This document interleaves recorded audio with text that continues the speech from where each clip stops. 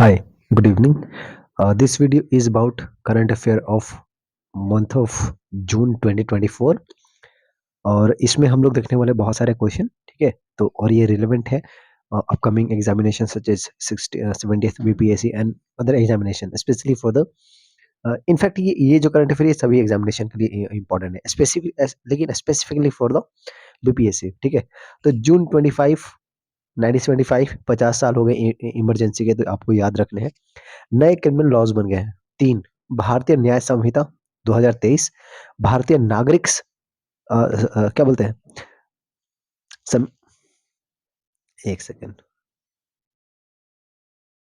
भारतीय नागरिक सुरक्षा संहिता 2023 और भारतीय संख्या साक्ष्य अधिनियम 2023। 3 पुराने जो कानून थे उसको रिप्लेस कर देते हैं। ये जैसे भारतीय न्याय संहिता जो है ये इंडियन पेनल कोड 1860 को रिप्लेस करता है। भारतीय नागरिक सुरक्षा संहिता जो है ये सीआरपीसी यानी कि क्रिमिनल प्रोसीजर कोड 1973 को रिप्लेस करता है। और भारतीय साक्ष्य अधिनियम जो 2023 है ये इंडियन इंडियन एविडेंस एक्ट 1872 को क्या करता है, ये रिप्लेस करता है। तो ये ध्यान में रखना है। इंडियन टेलीकम्युनिकेशन एक्ट 2023 ये रिपील करता है पुराने 2 एक्ट को। एक है इंडियन टेलीग्राफ एक्ट 1885 और एक है इंडियन वायरलेस टेलीग्राफी एक्ट 1933। तो ये याद रखना अपने को। एक बार फिर से आप देख लीजिए, जूम इन कर देते हैं। टेलीकम्युनिकेशन एक्ट 2023 ये रिप्लेस करता है या रिपील करता है 2 एक्ट को, इंडियन टेलीग्राफ एक्ट 1885 और इंडियन वायरलेस टेलीग्राफी एक्ट 1933। तो ये चीज ध्यान में रखना है। पोस्ट ऑफिस एक्ट 2023 ये रिप्लेस करता है इंडियन पोस्ट ऑफिस एक्ट 1898 को। तो ये 3 नए कानून बने हैं। इनफैक्ट 3 और 2 5, ठीक है। 5 नए कानून बने हैं जो पुराने बहुत सारे एक्ट को क्या किए हैं, रिप्लेस किए हैं उनको, ठीक है। 18वां लोकसभा ये हुआ है इस बार का यानी यानी कि इस बार का जो चुनाव हुआ 2024 में, तो जो लोकसभा का गठन हुआ है ये 18वां है ये। और 74 विमेन इस बार है इसमें, ठीक है। और ये 13.6% विमेन इसमें है। हालांकि इस बार ये घट गया है, पिछली बार 78 था जहां तक मुझे याद है ना। तो वो चीज है। और समिट ऑन पीस यूक्रेन में ये हुआ है। और sorry, summit on peace on Ukraine होना चाहिए क्योंकि इसको स्विट्जरलैंड ने होस्ट।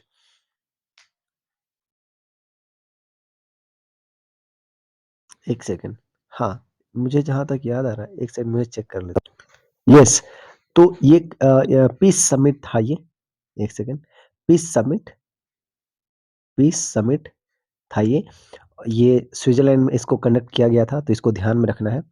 या फिर summit on peace in Ukraine, ये दोनों एक में है। Summit on peace peace in Ukraine ये स्विट्जरलैंड में हुआ था, ठीक है। स्क्वाड एक मिलिट्री ग्रुपिंग है ये, मिनी लैटरल ग्रुपिंग है ये, मिलिट्री नहीं मिनी लैटरल ग्रुपिंग है ये स्क्वाड। इसमें यूएसए, जापान, ऑस्ट्रेलिया और फिलीपींस है, ठीक है।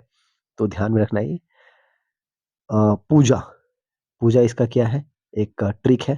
P Philippines, U USA, J Japan, Australia, A squad, ठीक है। Squad of Pooja. Smriti Sampriti India और बांग्लादेश का एक एक्सरसाइज है, इसको ध्यान में रखना है।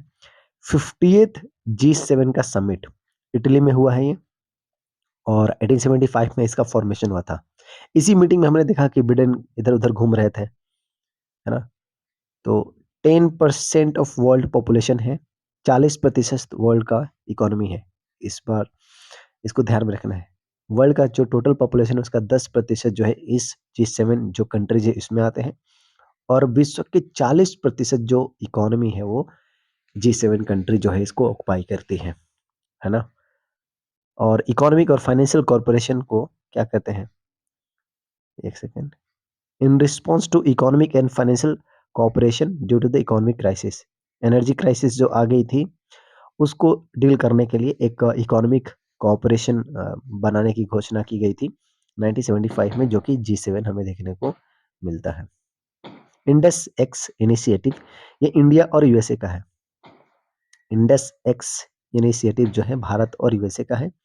डिफेंस इनोवेशन क्या बोलते हैं, ब्रिज क्रिएट करने का है, to build defence innovation bridge under iCET, यानी कि initiative on critical and emerging emerging technology. Indus X इतना याद रखना अपने को, इमर्जिंग इनिशिएटिव जो है इंडिया और यूएसए के बीच में, Indus x.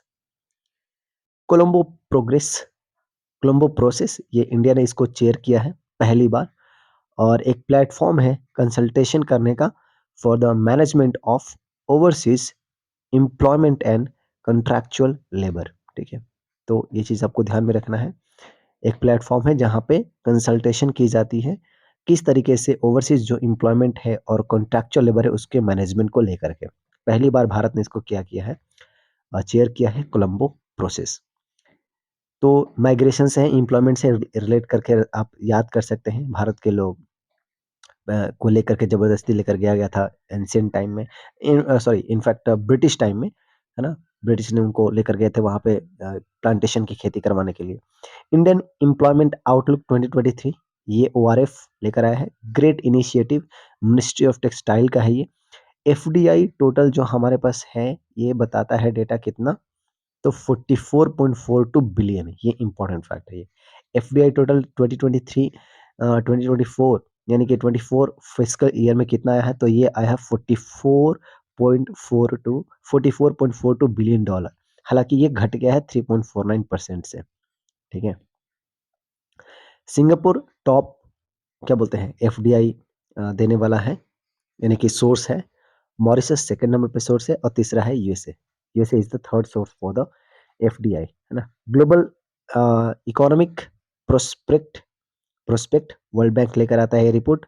Global economic prospect world Bank का है ये। World employment and social outlook, ये आईओले का है, और 45.6% वुमेन एम्प्लॉयड हैं, और 69.2% मेन जो है वो एम्प्लॉयड है। तो इसको ध्यान में रखना है, 45.6% महिलाएं जो है एम्प्लॉयड हैं, और 69.2% जो मेन है वो एम्प्लॉयड है। ये डेटा बता रहा है world employment and social outlook ILO के द्वारा। अब आते हैं हम लोग, Preston curve, increase in the PCI of a country, per capita income of a country, doesn't cause much of a rise in life expectancy.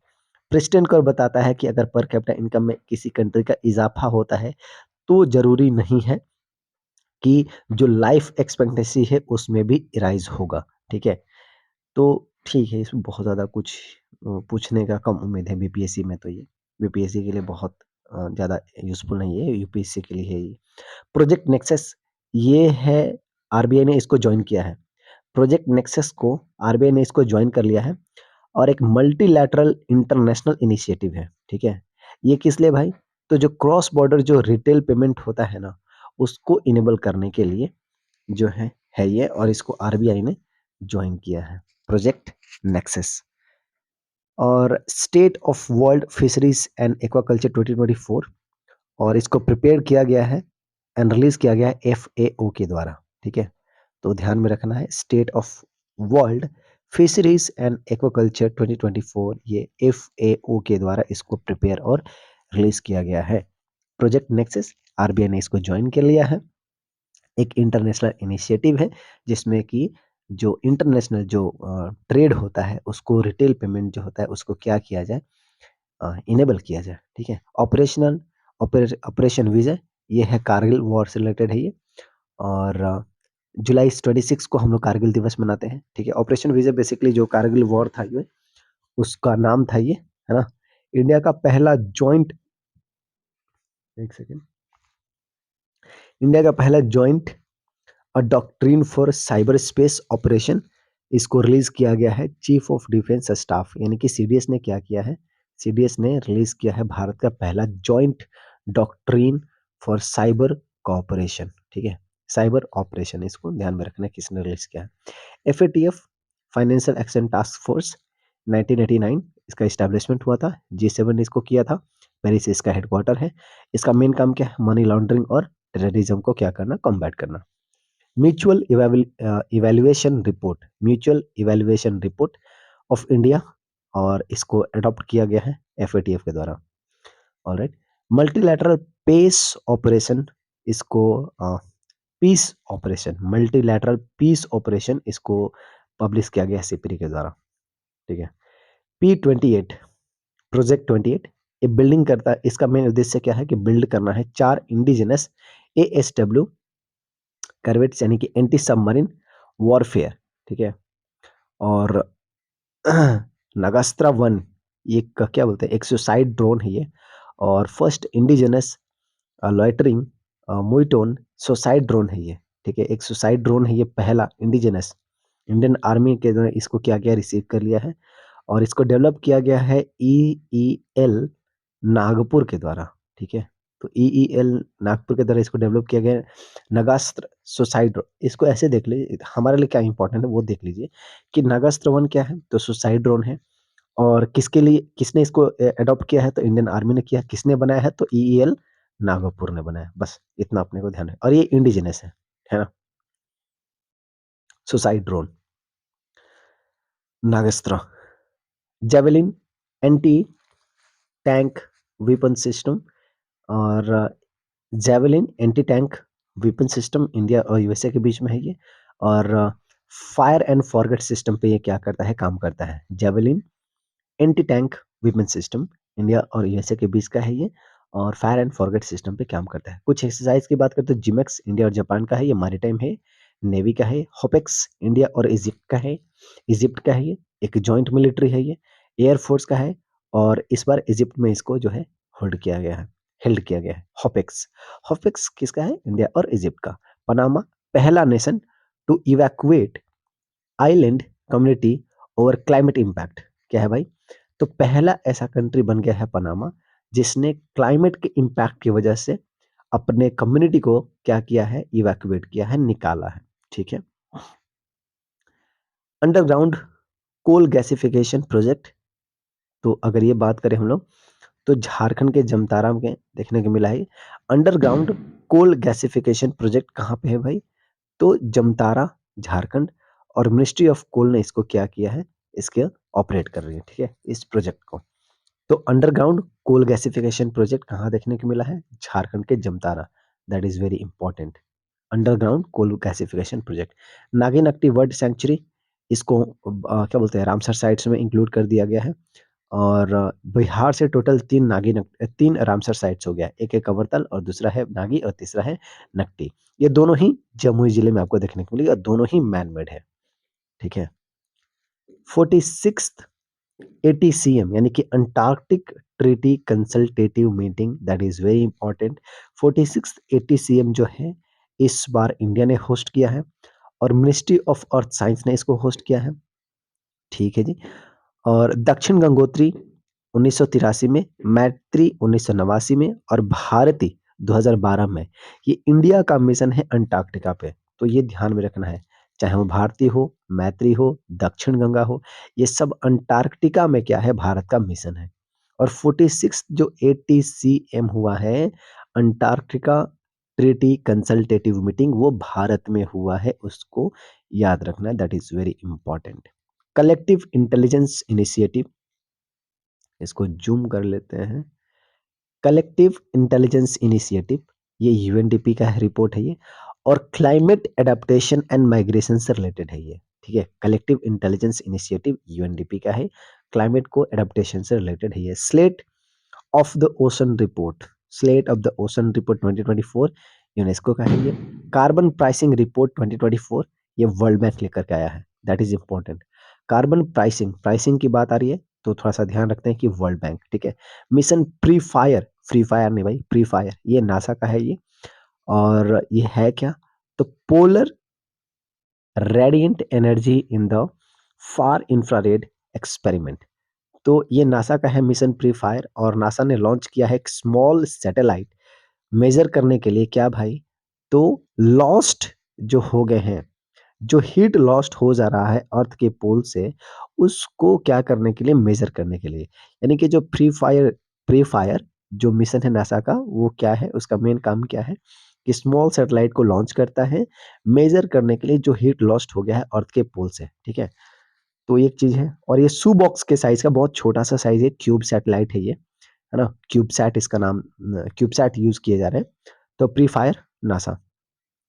2026 Glasgow Commonwealth game, इसमें से बहुत सारे गेम को हटा दिया गया है। रेसलिंग है, क्रिकेट है, शूटिंग है, हॉकी है, बैडमिंटन, सब वो स्पोर्ट्स हटा दिए गए हैं जिसमें भारत अच्छा परफॉर्म करता है। जॉइंट मिलिट्री ट्रेनिंग आर्मी, और ये है इंडिया और सिंगापुर के बीच में जॉइंट मिलिट्री ट्रेनिंग आर्मी। और co development and the co production of the defence equipment, India और Singapore. Sixth India and Singapore defence ministerial dialogue New Delhi में हुआ है। साइक्लोन डेना, ये बे ऑफ बंगाल में हमें देखने को मिला, उड़ीसा में। 39th national junior athletics championship Orissa में, that is very important. 39th national junior athletic championship Orissa में। आईएमएफ वर्ल्ड इकोनॉमिक आउटलुक लेकर आया है, जिसमें हमने क्या देखने को मिला कि ग्रोथ रेट बताया जा रहा है। तो आईएमएफ का कहना है कि जो ग्रोथ रेट होगा वो होगा 2023 में 8.2, 2024 में 7% और 25 में 6.5%। नेक्स्ट है सस्टेनेबल डेवलपमेंट रिपोर्ट 2024, जिसमें कि कौन इसको लेकर आता है, तो एसडीएसएन यानी कि UN sustainable development solution network. और इंडिया का 109वां रैंक है, 109th, ठीक है। और वर्ल्ड हंगर इंडेक्स में हमारा रैंक है 105, और ह्यूमन डेवलपमेंट इंडेक्स में हमारा रैंक है 134, ये याद रखना है। और 109 किस में है, सस्टेनेबल डेवलपमेंट गोल में, बहुत अच्छी बात है। फिनलैंड पहले स्थान पे है। New index of support to UN based multilateralism, multilateralism को क्या करना है, सपोर्ट करने के लिए एक इंडेक्स है। और इसमें इसमें भारत की जो रैंकिंग है वो है 139th। बारबाडोस फर्स्ट स्थान पे है और यूएसए लास्ट में। ऑब्वियस सी बात है, मल्टीलैटरलिज्म की अगर बात आएगी तो इनको ये अच्छा नहीं लगेगा, तो ये अंत में है। तो इस चीज को थोड़ा सा आप अंदाजा लगा सकते हैं। ग्रीनिंग एडुकेशन पार्टनरशिप यूनेस्को का है ये।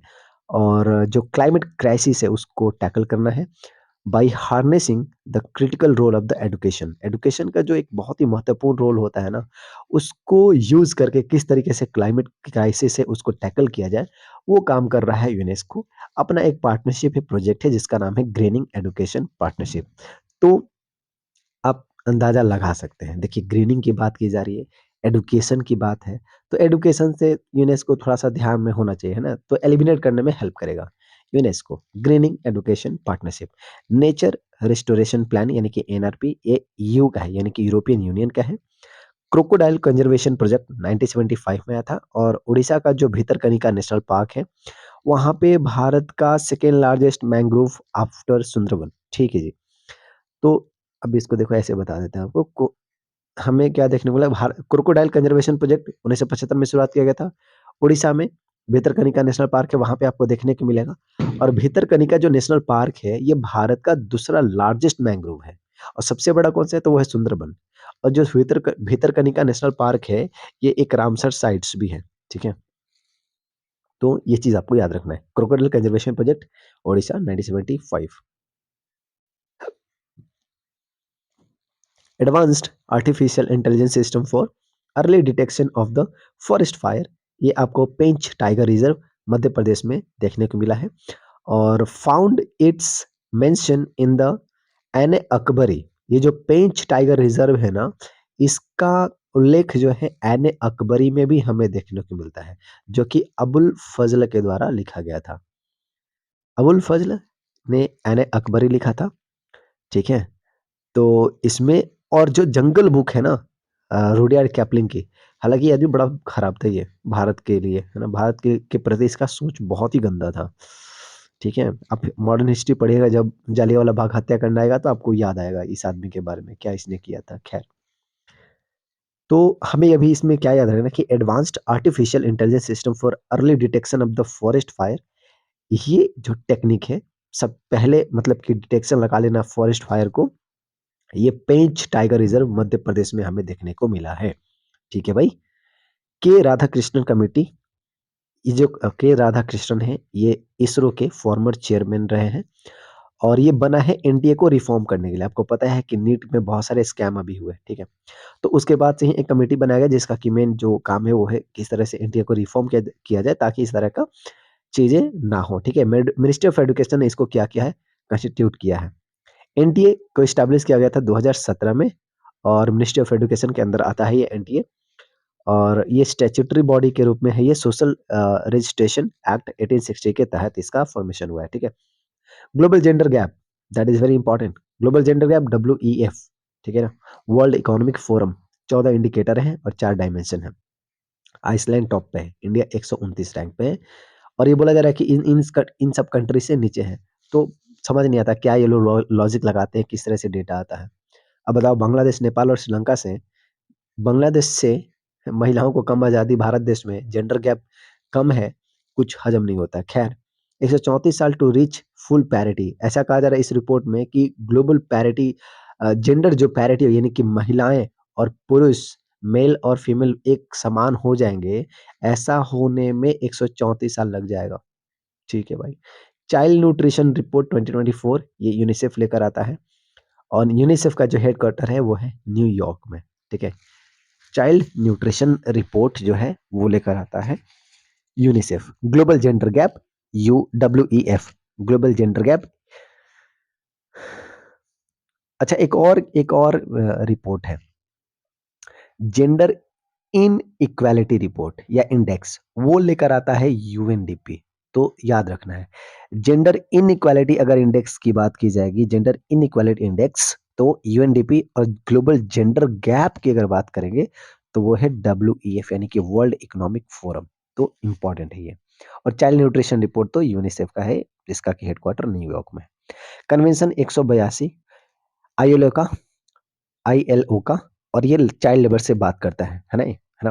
कन्वेंशन 182 जो है आईएलओ का, वो चाइल्ड लेबर से रिलेटेड है, यूनिवर्सली रेटिफाइड है ये।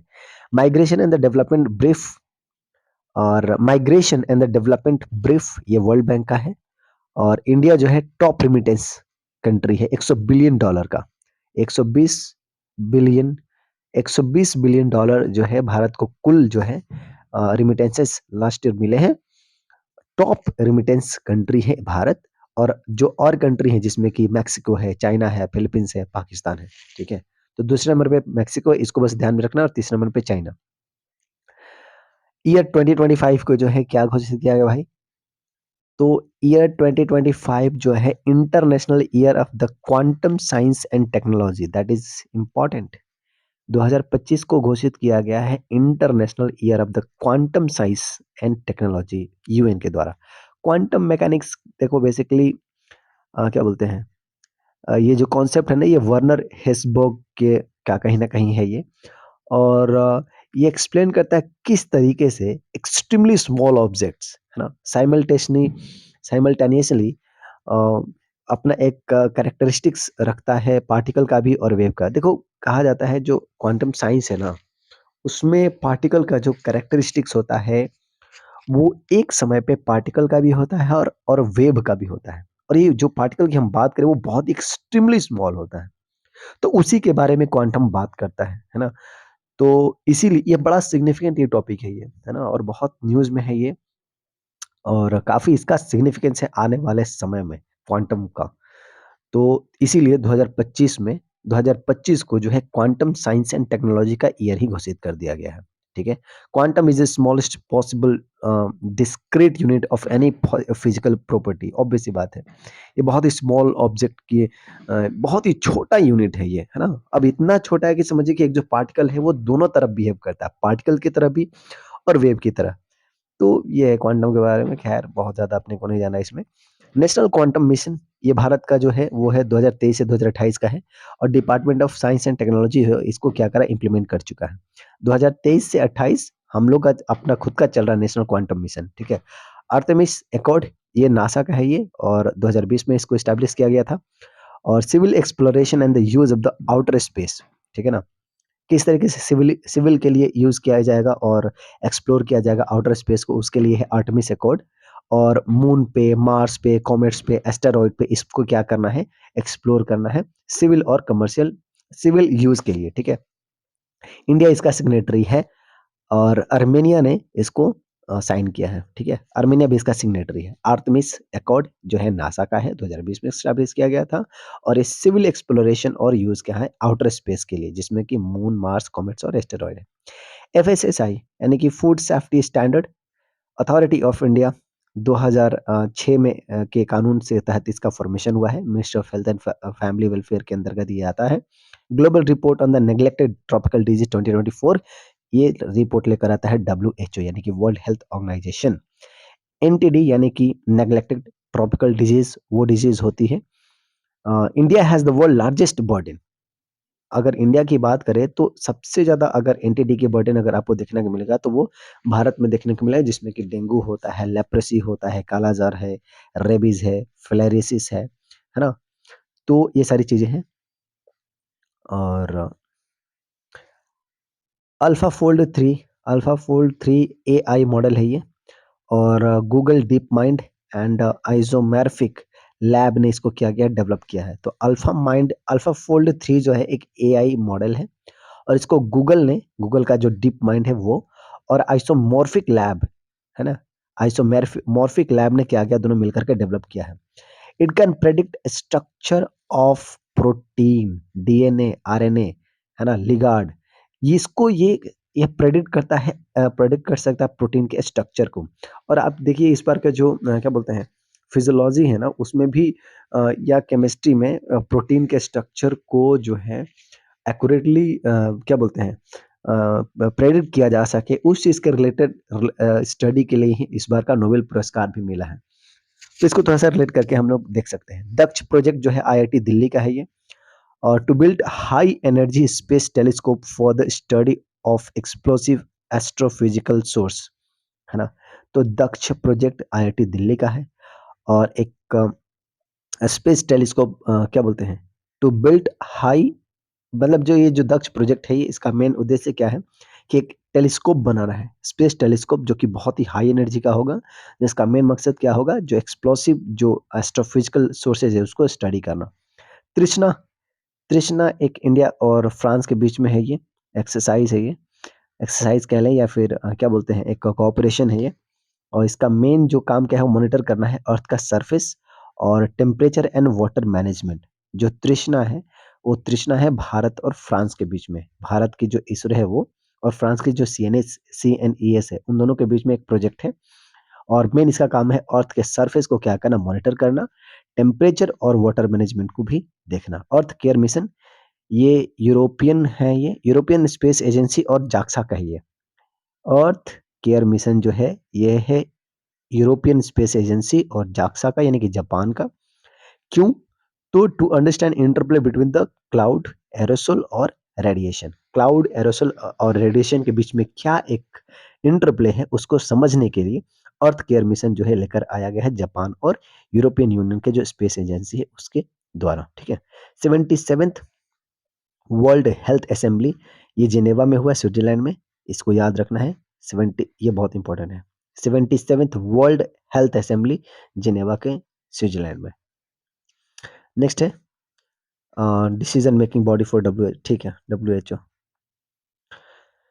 और all for health, health for all, ये इस बार का थीम है। ये जो वर्ल्ड हेल्थ असेंबली हुई है, वर्ल्ड हेल्थ असेंबली हुई है 77th स्विट्जरलैंड में, जिनेवा में। इसका थीम क्या है, ऑल फॉर हेल्थ और हेल्थ फॉर ऑल। तो थीम भी कभी कभी कभी पूछ लेता है। बायोफार्मास्यूटिकल अलायंसेस, इसमें 5 कंट्री हैं, बल्कि 5 ग्रुप, मतलब कि 4 कंट्री है और एक ग्रुप है कंट्रीज का। तो इंडिया है, यूएस है, साउथ कोरिया, जापान और EU। Bio pharmaceutical alliance, India, US, Japan, south Korea और EU। ठीक है। नालंदा यूनिवर्सिटी, नया कैंपस इसका राजगीर में बनेगा और इनॉग्रेट कर दिया गया है PM मोदी के द्वारा। नेट जीरो कैंपस है ये, है ना। एंशिएंट, अगर नालंदा यूनिवर्सिटी की बात करें तो इसको डिस्कवर किया गया था सर फ्रांसिस बुचैनन के द्वारा। ठीक है।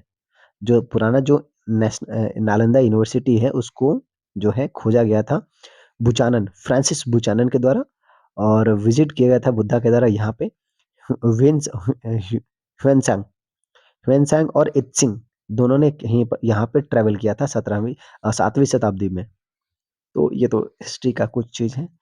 और नेक्स्ट है श्री जगन्नाथ टेम्पल के बारे में। तो ये पुरी के उड़ीसा में है और व्हाइट पगोड़ा इसको कहा जाता है।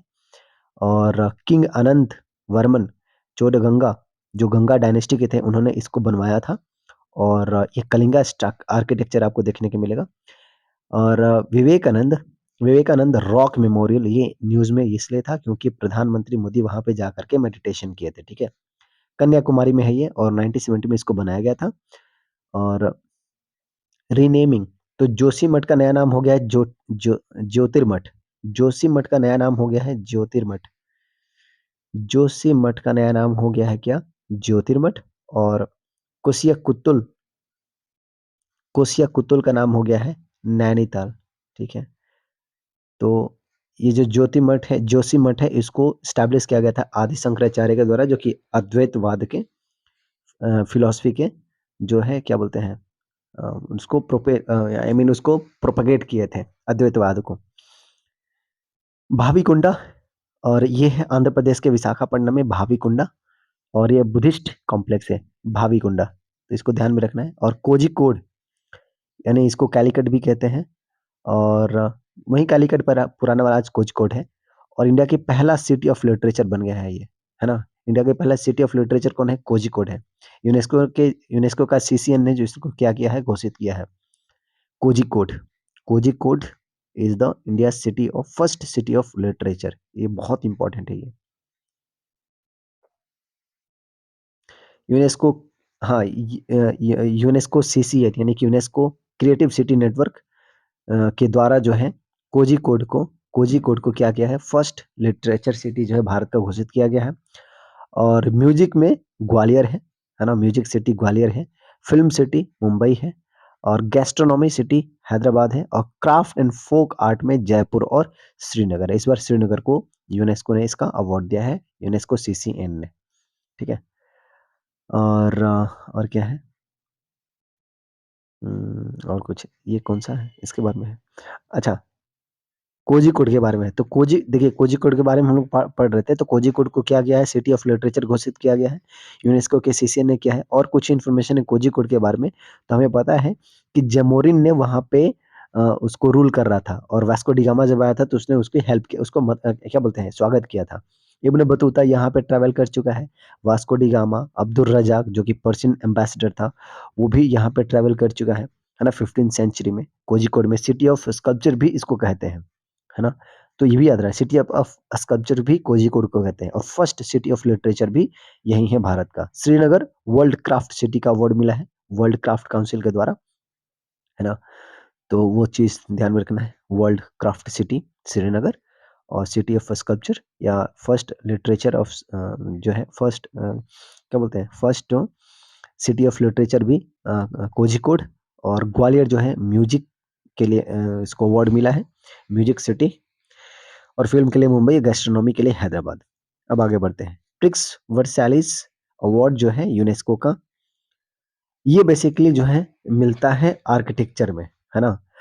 तो स्मृति वन जो अर्थक्वेक मेमोरियल जो है, स्मृति वन अर्थक्वेक मेमोरियल म्यूजियम जो है गुजरात में है, उसको जो है इस बार का यूनेस्को का वर्सैलिस प्रिक्स अवार्ड मिला है। तो प्रिक्स वर्सैलिस अवार्ड जो है मिला है इस बार गुजरात के Smriti Van earthquake memorial museum, उसको मिला है। बेसिकली जो एक भूकंप आया था, सुनामी आया था, उस अर्थक्वेक आया था, तो उसी के क्या बोलते हैं, याद में इसको बनाया गया था। तो वो चीज़ है ये। UNESCO Prix Versailles award architecture award है ये। 2023 में केम्पेगौड़ा इंटरनेशनल एयरपोर्ट को अवार्ड ये मिला था, और 2024 में गुजरात के Smriti Van earthquake memorial museum को मिला है, ठीक है? स्मृति वन इनॉग्रेटेड इन 2022 और built in the memory of the 2001 Gujarat earthquake. हाँ, तो भुजियो क्या है ये, डंगर हिल गुजरात, भुजियो और डोंगर डूंगर हिल गुजरात में आपको ये देखने को मिलेगा। नेक्स्ट है पीएमएडब्ल्यू, ठीक है, प्रधानमंत्री आवास योजना अर्बन और रूरल। तो जो अर्बन वाला है वो सेंट्रली स्पॉन्सर्ड है, और जो है रूरल वाला वो भी सेंट्रली स्पॉन्सर्ड है, ठीक है? 2015 में शुरुआत किया गया था, अर्बन वाला पहले हुआ था, और 2016 में रूरल वाला स्टार्ट हुआ था। Minister of housing and urban affair और मिनिस्ट्री ऑफ रूरल डेवलपमेंट, ठीक है? यहाँ पे फीमेल हेड को दिया जाता है, यहाँ भी फीमेल हेड को ये उसके नाम पे घर बनता है। तो ये कुछ इन्फॉर्मेशन है पीएम आवास योजना का। और नेक्स्ट है हमारे पास मलावी। मलावी ने हमने देखा कि मलावी जो कंट्री वहाँ पे क्या बोलते हैं, जो प्रेसिडेंट थी हमारी, उनका भी विज़िट वहाँ पे हमें देखने को मिला, ठीक है? तो यहाँ के जो वाइस प्रेसिडेंट थे, उनको जो है प्लेन क्रैश में उनकी मृत्यु हो गई है। मलावी के जो वाइस प्रेसिडेंट हैं, उनका देहांत हो गया है प्लेन क्रैश में, ठीक है? लिंगलोंग्वे इसकी कैपिटल है और अगर मलावी की बात करें तो ये लोकेशन इसका मोज़ाम्बिक ये कंट्री इसके ईस्ट में है, ज़िम्बाब्वे नीचे है, यहाँ पे ज़ाम्बिया है और यहाँ पे तंजानिया है, ठीक है? तो ये कुछ चीज़ हैं, आपको ध्यान में रखने हैं। सो विद दिस ये जो जून का जो करंट अफेयर है हमारा कंप्लीट होता है और इसके बाद हम लोग मिलेंगे फिर अगले वीडियो में। इस तरीके से पूरे जो साल का जो वीडियो है ना, नवंबर से लेकर के सितंबर, अक्टूबर तक मंथली वो मैं अपलोड कर दूँगा और साथ ही साथ जो मोस्ट इम्पोर्टेंट जो करंट अफेयर है कंबाइंड वो सितंबर से लेकर के नवंबर 2024 तक, वो हम आपको अलग से सीरीज़ में आपको हम प्रोवाइड करा देंगे। इसके साथ ही साथ बिहार स्पेशल के भी वीडियोज़ आने वाले हैं। तो वो चीज़ें और सारे जितने भी रिलेवेंट कंटेंट है स्पेसिफिकली बीपीएससी 78 के लिए, वो मैं इस चैनल के माध्यम से आपको मैं प्रोवाइड करा दूँगा। So thank you so much, have a great day.